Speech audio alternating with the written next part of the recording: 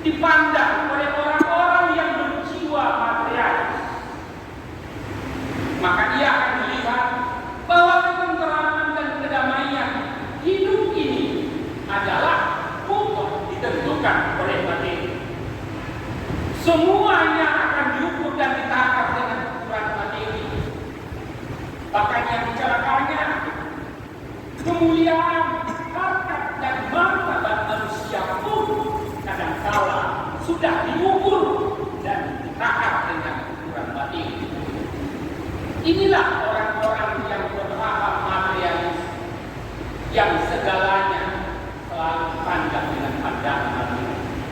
Pandangan ini tentulah tidak salah, karena memang jiwa manusia terkadang memang harus mengarah kepada jiwa yang materialis. Setiap kita juga mempunyai pandangan yang sama. Kadangkala kita menilai dunia ini kebahagiaan hidup, alangkah bagusnya kalau dunia ini kita memiliki materi segalanya agar kebahagiaan hidup kita peroleh dari pikiran kita. Ternyata jawaban ini belum sempurna ketika orang yang berjiwa politis memandang dunia dengan pandangan yang berbeda. Bagi orang yang berjiwa politis, mereka memandang bahwa bukanlah harta yang menjadi ukuran kebahagiaan, melainkan kekuasaan. Bila kekuasaan dimiliki, maka semuanya akan bisa jatuh dengan kekuasaan yang ada. Tapi lain lagi hanya ketika dipandang dunia ini, kehidupan kebahagiaan dunia ini dengan pandangan filosofis misalnya, akan lain lagi jawaban yang ditemukan. Hadirin jemaah sholat Jumat yang dimuliakan Allah, maka ulama Abu Samma memberikan nasihat dan pesan kepada penguasa daulah Bani Abbasiyah dari uraian surat An-Nahl ayat 96 dan 97, di mana Allah berfirman, "Ma indakum yanfa'u wa ma indallahi baq." Maka ada 3 ungkapan singkat, ternyata ketiganya telah menyimpulkan seluruh apa yang dialami oleh manusia dan dihadapi oleh manusia terkait dengan kehidupan dunia. Yang pertama adalah ma indakum yanfa'u wa ma indallahi baq.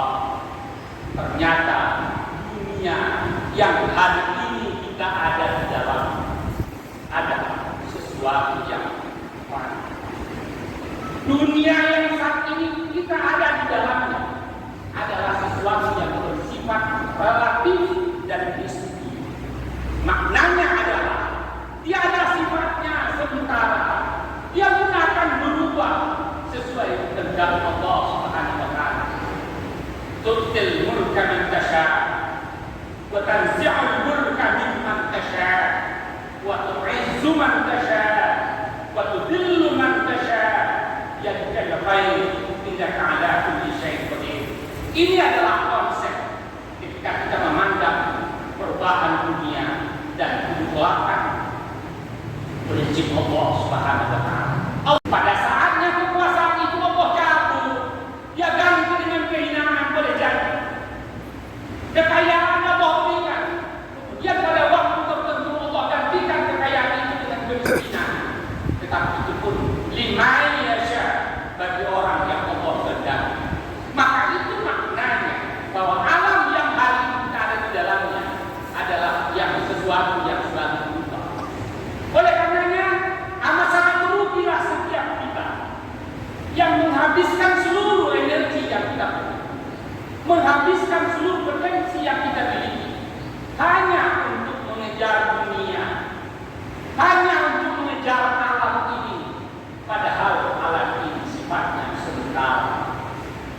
Inilah kandungan pertama dari surat An-Nahl yang kita bacakan tadi, bahwa alam ini adalah sesuatu yang berubah. Oleh karenanya pada saatnya dia akan hilang, berubah, bahkan tidak ada dari alam. Oleh karenanya jangan pernah kita alih kullu tahayyur hati, bahwa alam ini adalah sesuatu yang berubah-ubah dan itu adalah sunnah Allah, dan setiap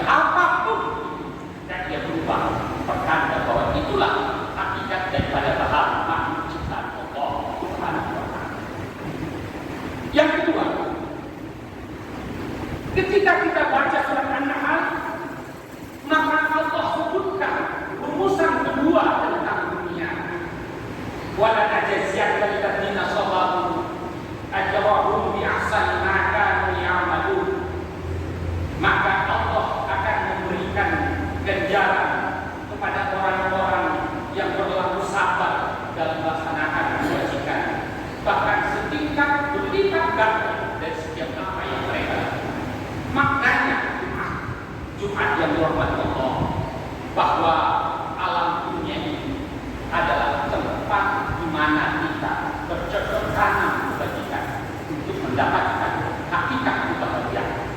Mengaku diri sebagai seorang mukmin dan muslim, bahwa kebahagiaan itu adalah kebahagiaan apa yang kita rasakan di dunia. Tidak. Bahwa kebahagiaan itu yang sesungguhnya adalah kebahagiaan yang akan diperoleh oleh seorang hamba di hadapan Allah kelak hari balasan. Jangan pernah kita merasa bahwa kesuksesan seorang manusia di dunia ini adalah kesuksesan yang sempurna. Bukan. Nah, kesuksesan yang paling hakiki adalah ketika seorang hamba telah sukses di hadapan Allah Subhanahu wa taala di hari balasan. Cuma soal yang dimuliakan Allah Subhanahu wa taala. Oleh karenanya, pada saat kita mengharungi lautan kehidupan ini, menggapai apa harapan kita dari apa yang kita inginkan dan sebuah kebahagiaan yang kita cita-citakan, Allah akan berikan berbagai macam cobaan. Allah akan berikan berbagai macam hal yang mengganjal kita, yang kadang-kadang bisa membuat kita kembali ke belakang. Dan kadang-kadang kalau tekad kita tidak, tapi kalau iman kita, tekad kita kokoh, kita akan tetap melangkah dengan keyakinan kepada Allah bahwa saya harus mendapatkan kesuksesan itu karena saya ingin mendapatkan ridho Allah. Inni la ila Allah, karena sesungguhnya aku ingin selalu pergi menemui Allah Subhanahu wa taala. Konsep inilah hati jemaah salat Jumat yang mesti harus kita tanamkan kepada kita, sehingga kemudian apapun cobaan yang Allah berikan kepada kita akan mampu kita hadapi. Tidak sedikit di antara umat ini, tidak sedikit di antara orang-orang yang mengaku dirinya orang beriman, ketika dicoba dengan cobaan berupa kemiskinan, dicoba dengan cobaan berupa malapetaka dan bencana, orang bisa selamat dari cobaan Allah semacam ini. Tapi belum tentu juga mereka akan selamat ketika Allah coba dengan kenikmatan, diberikan tahta, diberikan jabatan, diberikan kekayaan. Apakah kemudian dengan tahta, kedudukan, jabatan, kekayaan yang dimiliki, kemudian dia tetap akan berpegang teguh pada jalan Allah Subhanahu wa taala? Posisi yang tepat bagi seorang muslim, bahwa kita yakin bahwa apapun itu cobaan Allah, mau cobaan itu sifatnya cobaan bencana, mau cobaan itu adalah cobaan daripada kekuasaan dan kenikmatan, maka kita tetap harus yakin kita akan tetap berada di jalan Allah Subhanahu wa taala. Cuma soal yang dimuliakan Allah Subhanahu wa taala. Yang ketiga, kesimpulan ketiga dari surat An-Nahl yang kita bacakan tadi, wa man 'amila shalihan min dzakarin wa unsa, bahwa orang yang beramal saleh, baik itu mereka yang laki-laki maupun mereka yang perempuan, wa huwa mu'min, yang didasari bahwa dia adalah orang yang betul-betul beriman kepada Allah Subhanahu wa taala, maka Allah berjanji, falanuhyiyannahu hayatan thayyibah, maka Allah akan menjadikan hidupnya dengan kehidupan yang sempurna. Hidup pada kehidupan besar kita mempertanggungjawabkan amanah ini di hadapan Allah Subhanahu wa taala. Oleh karenanya, jangan pernah merasa bosan, jangan pernah merasa sepele bagi sekecil apapun amal baik yang dilakukan oleh seorang manusia di alam. Karena sekecil apapun kebaikan yang dilakukan oleh setiap kita, dia adalah berpotensi besar untuk mengantarkan kita kepada ridho Allah. Surga yang Allah janjikan itu memiliki banyak pintu, sebanyak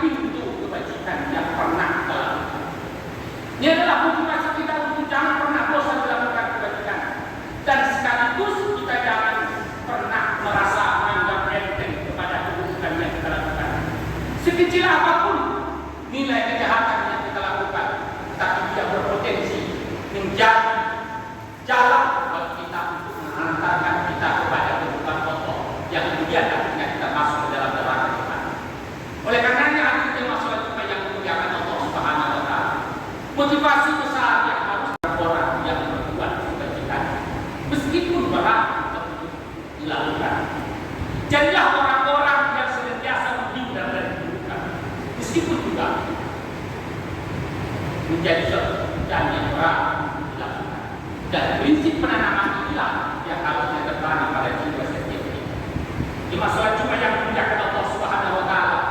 Oleh karena itulah seorang sahabat Rasulullah SAW,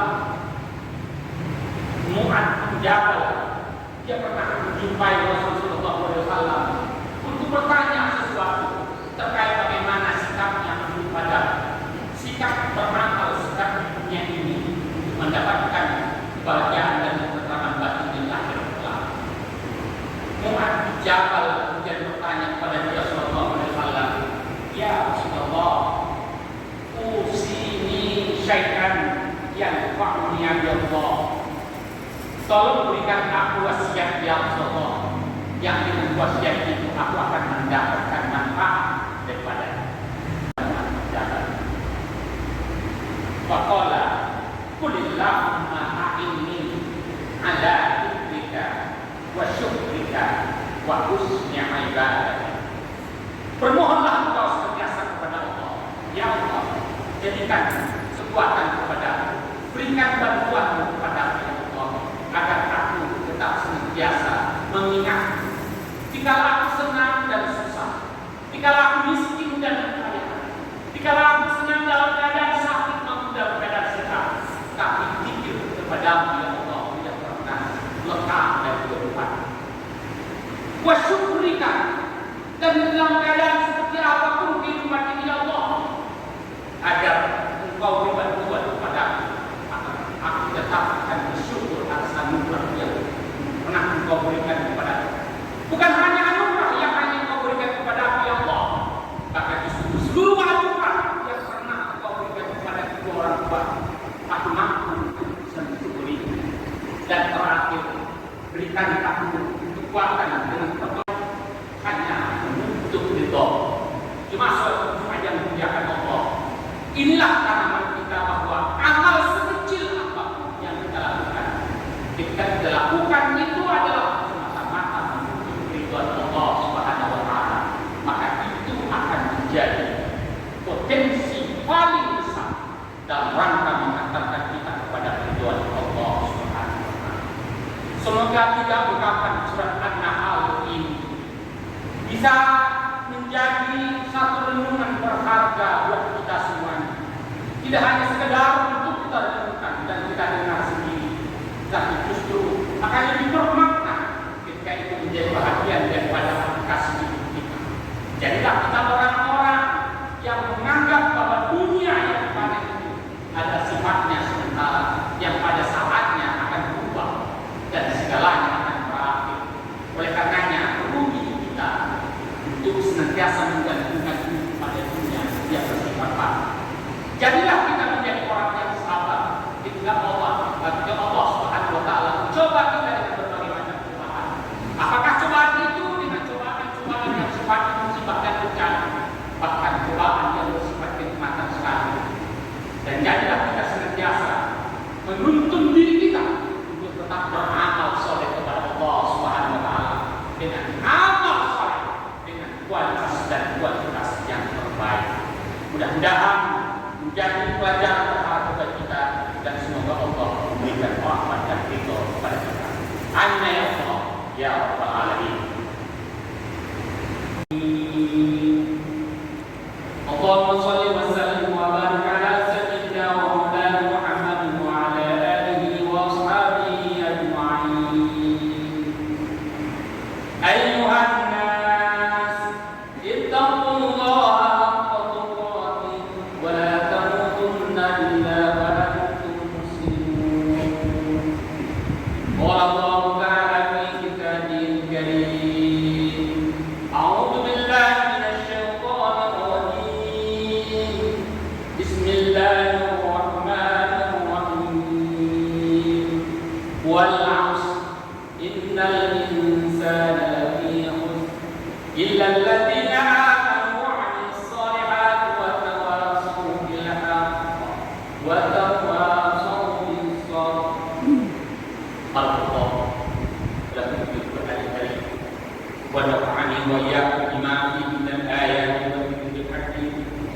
وتقبل مني ومنكم تلاوة إنك أنت السميع العليم.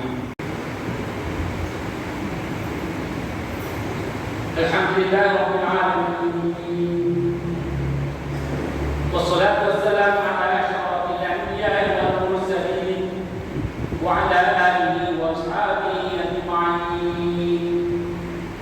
اللهم صل وسلم وبارك على سيدنا ومولانا محمد وعلى آله وأصحابه أجمعين.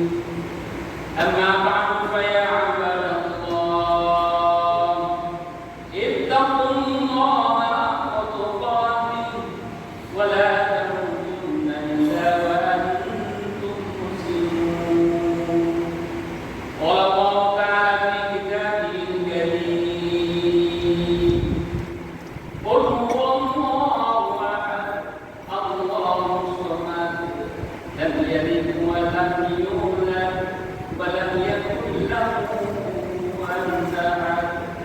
وقال عز من قائل: إن الله وملائكته يصلون على النبي يا وسلموا تسليما. اللهم اغفر للمسلمين والمسلمات والمؤمنين والمؤمنات الأحياء منهم والأموات إنك يا الله سميع قريب مجيب الدعوات. آمين يا الله ويا قاضي الحاجات.